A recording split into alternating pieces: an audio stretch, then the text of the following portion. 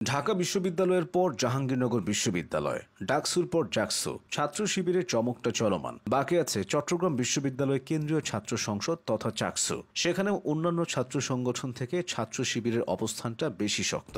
যে ছাত্র শিবির টানা 15-16 বছর প্রকাশ্যে কোনো রাজনীতি করতে পারেনি, এক বছরেই তারা অন্য সবাইকে পেছনে ফেলে দিচ্ছে। এটা এমনি এমনি হচ্ছে না, এর পেছনে আছে ছাত্র শিবিরের দূরদর্শী কর্মপরিকল্পনা। ছাত্র শিবির ভালো করার পেছনে সবচেয়ে বড় কারণটা হচ্ছে তাদের রক্ষণশীল মনোভাব থেকে সরে আসা। যুগের সাথে তাল মিলিয়ে তারা রাজনীতি করছে, গ্রহণ করেছে উদারনীতি। ডাকসু নির্বাচনের দিকে তাকালেই বিষয়টা স্পষ্ট।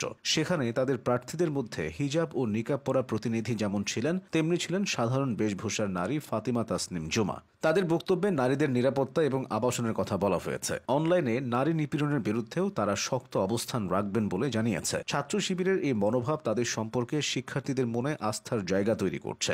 এদিকে দীর্ঘ সময় রাজনীতির বাইরে থাকায় শিবিরের প্রতি শিক্ষার্থীদের মধ্যে এক ধরনের অদৃশ্য আকর্ষণ তৈরি হয়েছে। সাধারণত যখনই কোনো গোষ্ঠীকে রাষ্ট্রীয় পৃষ্ঠপোষকতায় দমন করা হয়, সেটা আরও শক্তি নিয়ে ফিরে আসে। শিবিরও তাই করেছে। তারা প্রকাশ্যে রাজনীতি করতে না পারলেও কৌশলে টিকেছিল, নতুন প্রজন্মের সাথে নীরবে যোগাযোগ রেখেছিল। অন্য ছাত্র সংগঠনগুলো যখন ক্ষমতার ছত্রছায়ায় দুর্নীতি, টেন্ডারবাজি, সিট দখল, এমনকি মাদক ও সন্ত্রাসী কর্মকাণ্ডে জড়িয়ে পড়েছিল, তখন সাধারণ শিক্ষার্থীদের আস্থার সংকট তৈরি হয়। শিবির দীর্ঘদিন অনুপস্থিত থাকায় তাদের উপর সে ধরনের অভিযোগ জমেনি। ফলে শিক্ষার্থীরা বিকল্প হিসেবে শিবিরকে ভাবতে শুরু করেছে। ছাত্র শিবিরের ভালো অবস্থানের পেছনে তাদের কল্যাণ ভিত্তিক রাজনীতি একটা বড় ভূমিকা রাখছে। তারা সবসময় শিক্ষার্থীদের স্বার্থ, নিরাপদ ক্যাম্পাস, মানসম্মত শিক্ষা ও ক্যারিয়ার গাইডলাইন ইস্যুতে কথা বলে। এর ফলে সাধারণ শিক্ষার্থীরাও তাদের প্রতি আকৃষ্ট হচ্ছে।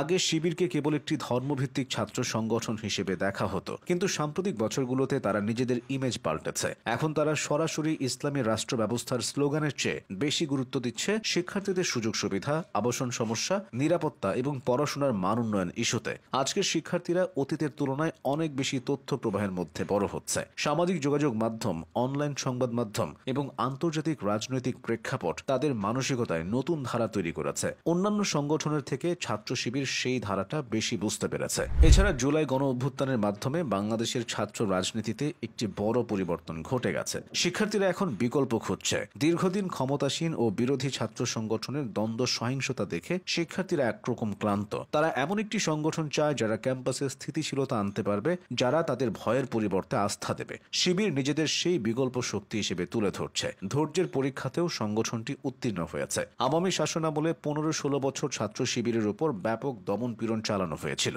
অনেক নেতাকর্মী নিখোঁজ হয়েছে, কেউ বা ভুয়া মামলার শিকার হয়েছে। বিশ্ববিদ্যালয়গুলোতেও ছাত্র শিবির তাদের কার্যক্রম চালাতে পারেনি। অনেকে ভেবেছিল এতে সংগঠনটি স্থায়ীভাবে দুর্বল হবে, কিন্তু ঘটেছে উল্টোটা। এই দমন পীড়ন তাদের ভেতরে এক ধরনের সহনশীলতা ও ধৈর্য তৈরি করেছে। তারা শিখেছে কিভাবে নীরবে টিকে থাকতে হয়, কিভাবে সংকটের ভেতরে নতুন প্রজন্মকে ধরে রাখতে হয়। এই সহনশীলতা এখন তাদের রাজনৈতিক সাফল্য এনে দিচ্ছে। সুশৃঙ্খল সাংগঠনিক কাঠামোর কারণেও ছাত্র শিবির এগিয়ে গেছে। শিবিরের প্রতিটি ইউনিট নির্দিষ্ট নীতিমালা অনুযায়ী পরিচালিত হয়। কারো ইচ্ছে মতো নয়, বরং কেন্দ্রীয় নীতির আলোকে কাজ চলে। ফলে ক্যাম্পাসে বিশৃঙ্খলা তৈরি হয় না। এই শৃঙ্খলাবদ্ধ ভাবমূর্তি তাদের শক্তি। সবশেষে বলতে হবে সংগঠনটির মেধাভিত্তিক নেতৃত্বের কথা। ছাত্র শিবির সাধারণত নেতৃত্ব বাছাই করে শিক্ষার ফলাফল, সংগঠনের প্রতি ত্যাগ এবং নৈতিকতার ভিত্তিতে। এতে করে তাদের নেতারা অন্যদের মতো অর্থ ক্ষমতার দাপটে নয়, বরং মেধা ও দক্ষতায় সামনে আসে। তাই ছাত্র শিবির দুর্বল হওয়ার পরিবর্তে দিন দিন আরও শক্তিশালী হচ্ছে।